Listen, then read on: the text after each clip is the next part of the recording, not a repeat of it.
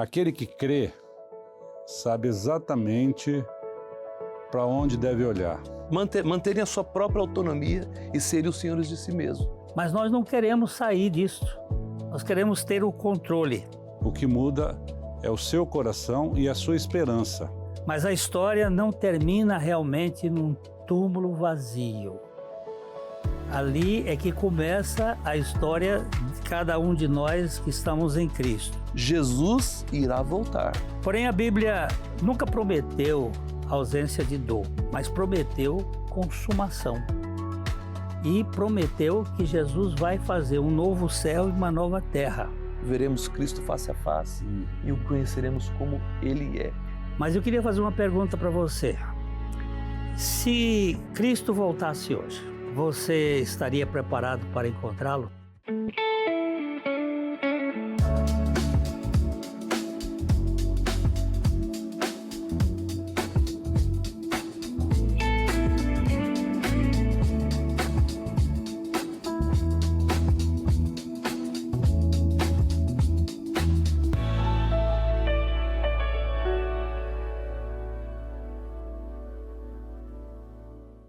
Olá, seja muito bem-vindo ao nosso Café e Fé. Vivemos hoje uma geração cansada, ansiosa, adoecida emocionalmente. Uma geração que vive correndo de um lado para o outro, mas não sabe exatamente para onde está indo. E talvez uma das maiores evidências disso seja que o homem moderno perdeu a esperança. E estamos estudando nesse tempo aqui quem é Jesus. E principalmente que ele veio para morrer e nos fazer morrer juntamente com ele, para nos libertar dessa tirania. Mas a história não acaba aí. Hoje nós vamos conversar sobre a nossa esperança com dois convidados muito especiais. O Mário Rocha, velho companheiro de tempos, e o Márcio Frois, o meu filósofo, que faz minha cabeça. Nós estamos muito contentes de tê-los aqui. Muito obrigado, pastor. É uma honra, uma alegria a gente poder compartilhar um pouco da porção da palavra, né? Obrigado, pastor, pelo convite. Obrigado, Mário, pela oportunidade de estarmos juntos falando de Cristo. Obrigado pela presença de vocês. No episódio de hoje, o último da temporada sobre quem é Jesus, nós vamos falar sobre a volta dele, a segunda vinda de Cristo, a nossa esperança. Porque tudo está fundado apenas nesta vida, nós estamos perdidos. Nós somos os mais desgraçados de todos os homens. Qualquer perda parece definitiva, qualquer sofrimento parece insuportável, qualquer crise parece sem fim, mas o cristianismo nasce justamente sobre uma notícia impossível. Jesus Cristo ressuscitou. Pega aí o seu cafezinho, porque o nosso Café e Fé está começando.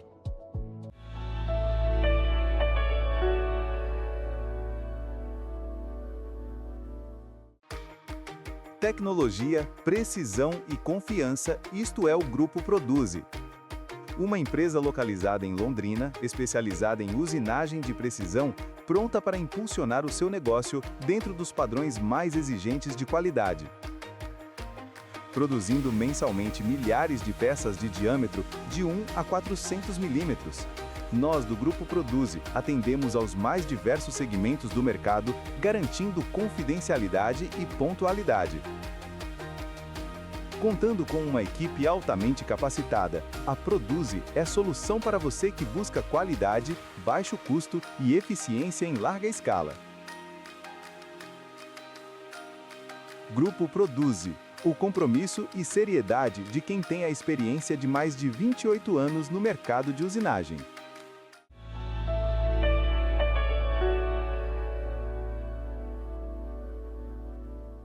A fé cristã, ela não está sustentada numa filosofia ou mesmo na moralidade ou numa ideia religiosa.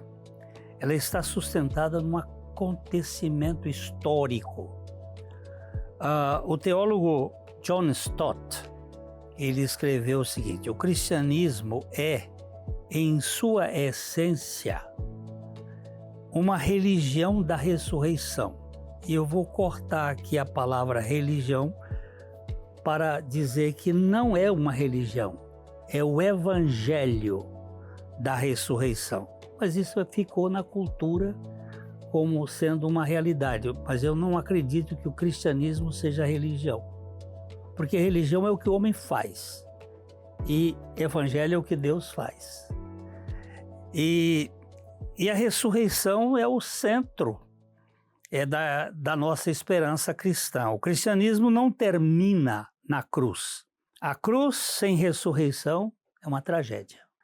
Em 1 Coríntios capítulo 15, verso 13, o apóstolo Paulo diz: e se Cristo não ressuscitou, é vã a vossa fé. A ressurreição valida tudo. As promessas, a divindade de Cristo, a obra da cruz. Então eu queria fazer uma pergunta para você, Mário. Por que a ressurreição incomoda tanto o pensamento moderno? Porque ela confronta diretamente a autonomia humana? Perfeitamente, pastor. O cristianismo, o eixo central do cristianismo, o coração do cristianismo é a ressurreição de Cristo. É a boa notícia que faz toda a diferença. E incomoda tanta gente porque aquele que crê sabe exatamente para onde deve olhar. Mas aquilo que o senhor disse sobre o comportamento humano, o que as pessoas estão buscando, a falta de referência, é justamente para aqueles que não crê ou têm um conhecimento histórico, mas não têm a realidade da experiência da vida cristã. Então, por isso que incomoda muita gente, porque quando nós estamos no caminho certo e alguém do nosso lado está simplesmente assistindo, mas não está participando, eu creio que isso pode mexer com as pessoas. Eu vejo, o Márcio, que o problema do homem moderno não é falta de informação, é uma independência. Ele é autônomo, autossuficiente. Por isso ele tem dificuldade de focalizar na obra da ressurreição. Como é que você analisa isso?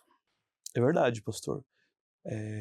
Ainda no Éden, esse problema ele se estabeleceu, se colocou a partir da queda de Adão e Eva, né? Eles desejaram e buscaram a autonomia de Deus, ou seja, tomar as suas próprias decisões, estabelecerem os seus próprios critérios de certo e errado, né? E serem salvadores de si mesmos. Então, toda vez que, de lá para cá, toda vez que o homem é confrontado com suas falhas, com suas fraquezas, com suas incapacidades, ele apela à sua própria autonomia, né? E fazendo uma conexão com o que o Mário falou, quando Paulo foi falar àqueles homens em Atos 17:32 sobre a ressurreição de Cristo, apresentando Jesus como aquele que era poderoso e aquele que destrói a autonomia do homem, né? E que nos coloca como propriedade exclusiva sua, como seres criados para a sua glória, não é? Naquele momento eles rejeitaram ouvir sobre a ressurreição para justamente manterem a sua própria autonomia e serem os senhores de si mesmos. Essa é a história do homem. Nós não queremos sair do volante na vida. Nós temos uma necessidade de controle. E a obra da cruz, ela exatamente faz isso. Ela crucifica o velho ego, o velho eu, juntamente com Cristo, que é chamado de velho homem, e na ressurreição ela nos dá uma nova identidade em Cristo, o novo homem. Mas nós não queremos sair disso, nós queremos ter o controle. E o C.S. Lewis, aquele escritor maravilhoso, professor lá de Oxford, ou Cambridge, né? Professor de Cambridge. Ele, no seu livro, acho que é o Cristianismo Puro e Simples, ele diz assim: o Filho de Deus morreu para dar aos homens uma nova vida. Essa é a súmula. E a ressurreição não é apenas um evento do passado. O que muda na vida de alguém que realmente crê que Cristo venceu a morte? Eu entendo que primeiro nós temos que avaliar o que não muda, porque aquele que não crê não tem nenhuma mudança na sua vida de homem natural, e aí não tem a esperança que nós estamos hoje avaliando, a esperança que há na ressurreição de Cristo. Então, o homem natural não tem esperança e nada muda. Continuam as aflições, os problemas, os conflitos, mas quem tem a convicção de que realmente foi incluído na morte e na ressurreição de Cristo e tem uma nova vida, a vida ressurreta, esse continua tendo as mesmas dificuldades, porém o que muda é de dentro para fora. O que muda é o seu coração e a sua esperança. Lá em Hebreus 12 diz que nós devemos andar aqui olhando firmemente para Jesus, autor e consumador da nossa fé, né? Nós devemos viver essa vida aqui olhando para a esperança que há em Cristo Jesus. Quando o homem que é pecador, falho, ele olha para si mesmo, ele vê, como você falou, Márcio, incapacidade, imperfeição e a total incompetência. Ô Márcio, você percebe que a nossa geração vive tentando anestesiar a realidade da morte? Certamente. Todo aquele que nasce nesse mundo, ele recebe uma medida de revelação no seu coração. Não necessariamente uma revelação salvífica, mas uma revelação de que existe uma realidade espiritual. E o próprio C.S. Lewis também disse isso nesse mesmo livro, pastor. O ser humano ele recebe uma compreensão do que é certo e errado, em primeiro lugar, e em segundo lugar ele percebe que normalmente ele tende ao errado. E isso leva a uma inconformidade, a uma necessidade, uma sensação de que ele foi feito para um outro mundo. E ele acaba procurando buscar em várias situações religiões, filosofias, prazeres que venham a anestesiar esse sentimento de inconformidade, de incapacidade que ele encontra em si mesmo, né? Porém, somente Jesus Cristo, em sua morte e sua ressurreição, ele pode dar significado às nossas vidas, cumprindo o que ele falou através do profeta Ezequiel: dar-vos-ei um novo coração. E juntamente com esse novo coração, uma nova vida, uma nova perspectiva, um novo futuro, novas motivações e uma felicidade real. Eu gosto muito daquilo que o apóstolo Paulo diz, assim: eu sou a ressurreição. Perdão, não é o apóstolo Paulo, é Jesus. Na casa de Lázaro, ele disse: eu sou a ressurreição e a vida. Quem crê em mim, ainda que morra, viverá. E todo que vive e crê em mim, nunca morrerá. O John Owen, um homem lá do século XVII, ele diz o seguinte: a morte de Cristo matou aquele que tinha o poder da morte.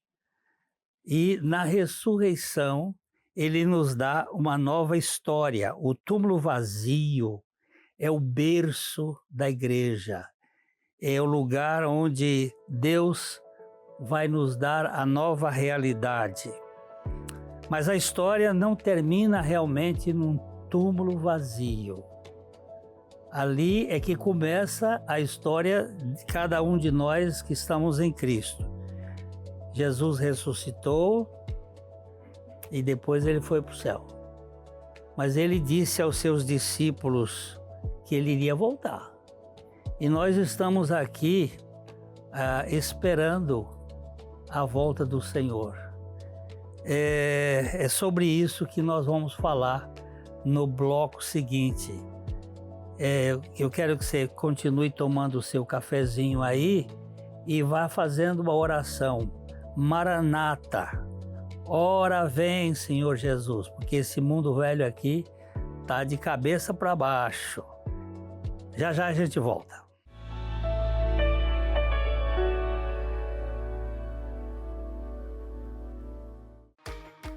Tecnologia, precisão e confiança, isto é o Grupo Produzi. Uma empresa localizada em Londrina, especializada em usinagem de precisão, pronta para impulsionar o seu negócio dentro dos padrões mais exigentes de qualidade. Produzindo mensalmente milhares de peças de diâmetro de 1 a 400 milímetros. Nós, do Grupo Produzi, atendemos aos mais diversos segmentos do mercado, garantindo confidencialidade e pontualidade. Contando com uma equipe altamente capacitada, a Produzi é solução para você que busca qualidade, baixo custo e eficiência em larga escala. Grupo Produzi, o compromisso e seriedade de quem tem a experiência de mais de 28 anos no mercado de usinagem.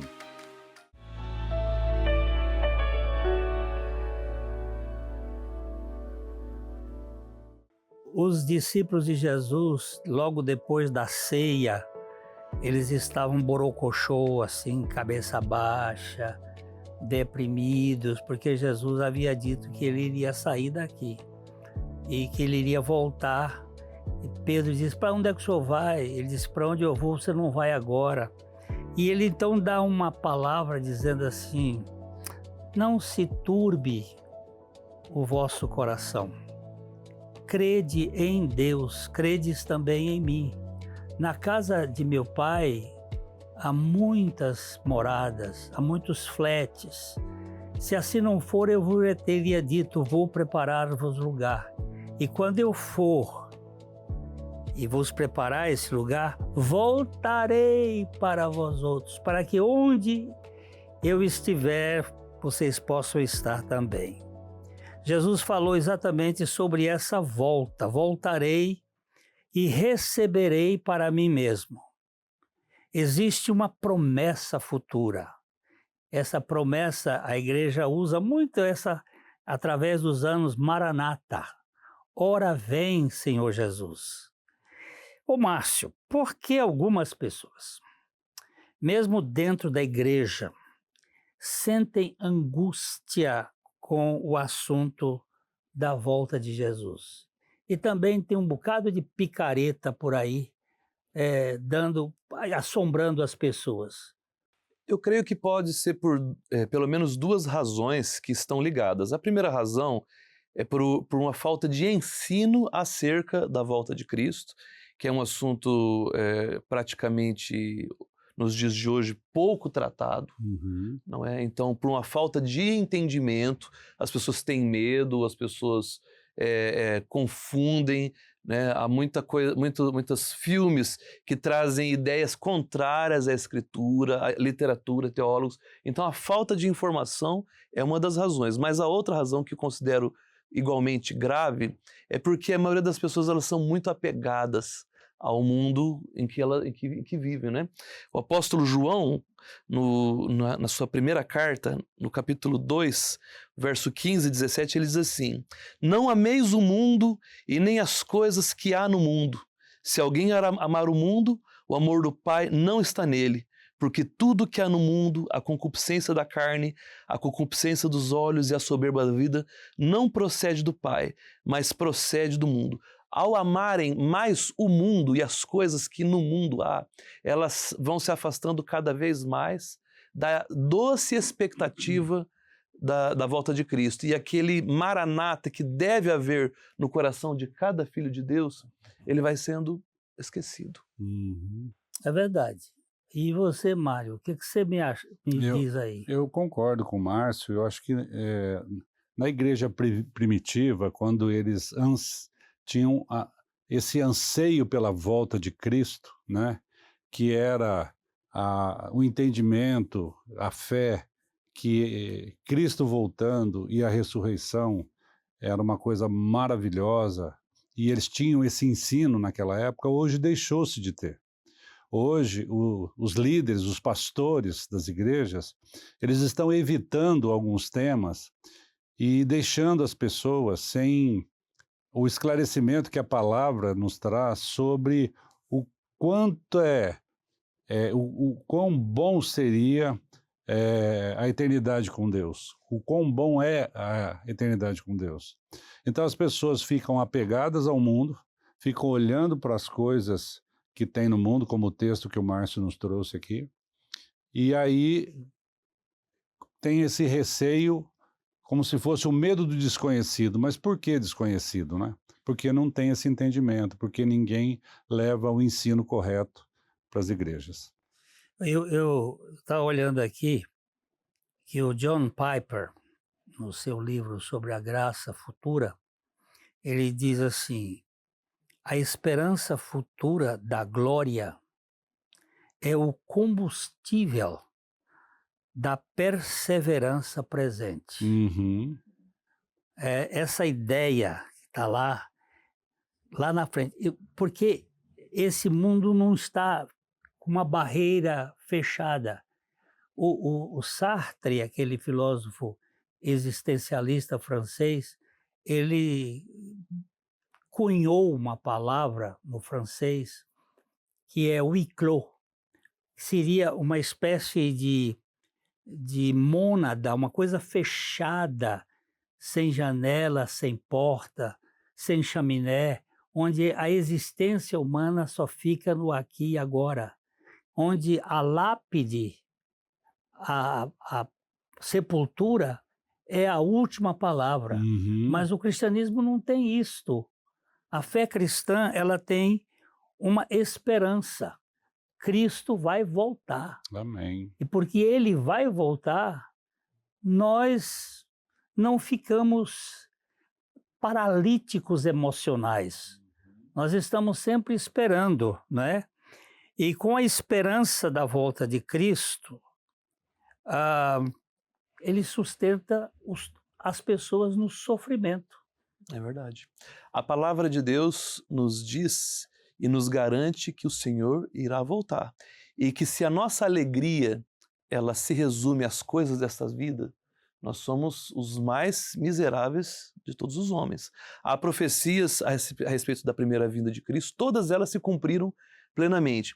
E há muitas promessas que o próprio Senhor fez, que também se cumpriram plenamente.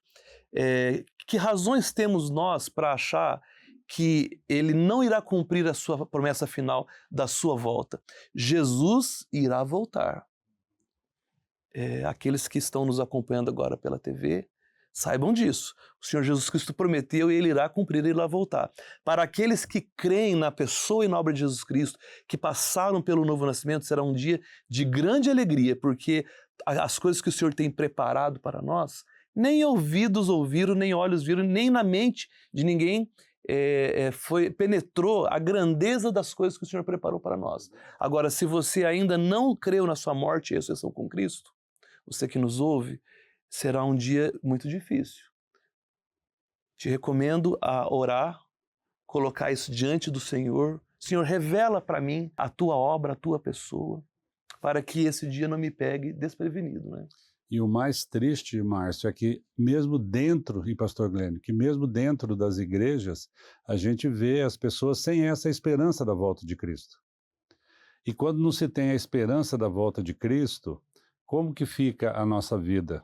Por isso que as igrejas hoje estão vivendo uma das maiores crises existenciais, porque há igrejas que perderam o rumo, que não sabem levar o ensino desse evangelho que salva, da nossa inclusão na morte e principalmente na ressurreição, que nos traz a vida eterna, a vida de Cristo. Eu penso assim, tem dias que o mundo pesa, né? Uhum. Tem o sofrimento. E Jesus não amenizou, ele disse assim, ó, no mundo vocês vão ter tribulações, Uhum. vão ter sofrimentos, mas tenham bom ânimo, tenham esperança, eu venci o mundo.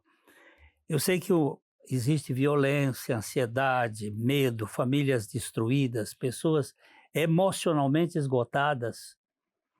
Porém, a Bíblia nunca prometeu ausência de dor, mas prometeu consumação. E prometeu que Jesus vai fazer um novo céu e uma nova terra. E que as aflições desse tempo presente não são para se comparar com a glória que há de ser revelada nele. Os sofrimentos desse tempo não podem ser comparados com o que Deus tem para nós. E eu tenho uma frase aqui do Dr. Martyn Lloyd-Jones, que foi um médico e pastor, pregador na Inglaterra, disse que o maior problema da igreja moderna é que ela está demasiadamente interessada neste mundo. Ela está só preocupada com isso aí agora. Me dá uma palhinha aí, vocês dois. O que vocês me acham nisso? A mente moderna, mais do que nunca, hoje ela está dividida entre muitos interesses, né? Mas naquele dia, no dia da volta de Cristo, a minha e a sua mente, ela não estará mais borbulhando entre cobiças, entre ressentimentos, entre saudades, entre sentimentos de culpa. Naquele dia nós veremos Cristo face a face e o conheceremos como Ele é. Isso será com grande consolo para aqueles que nele creem, né, Mário? Amém. Eu acho que o apelo do mundo é muito forte. Viver aqui é muito, como o pastor falou, às vezes é meio pesado, é difícil, porque os apelos, as influências, as tentações, às vezes acabam pegando até os cristãos. Mas aquilo que Jesus disse, né, que já foi dito aqui, no mundo nós teríamos aflições. Nós fomos vacinados já em relação a isso. Então, eu creio que crer em Jesus, olhar para Jesus e ter a esperança da ressurreição é o remédio é o antídoto que nós temos para viver nesse mundo aqui com essa esperança. O tempo está embora. Eu queria agradecer aos meus convidados, o Mário e o Márcio, mas eu queria fazer uma pergunta para você. Se Cristo voltasse hoje, você estaria preparado para encontrá-lo? Ah, queridos, a igreja precisa passar por um avivamento, eu acho. Aquele que aponta para Cristo como a nossa volta. O verdadeiro avivamento começa quando a igreja volta a orar com saudade. Vem, Senhor Jesus. Aquele abraço de sempre, de coração para coração. Espero por você.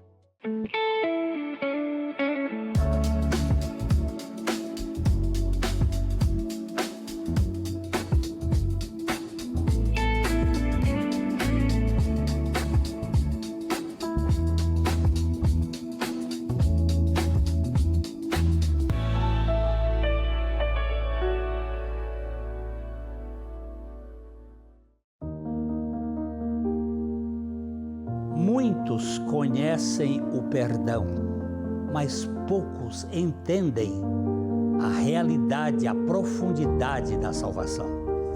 O Evangelho não é apenas sobre culpa cancelada, é sobre uma velha vida que terminou na cruz e uma nova vida que nasceu em Cristo, muito além do perdão. Uma mensagem para quem está cansado da superficialidade e deseja reencontrar a força da cruz em toda a sua plenitude. Porque ser salvo não é apenas ser perdoado.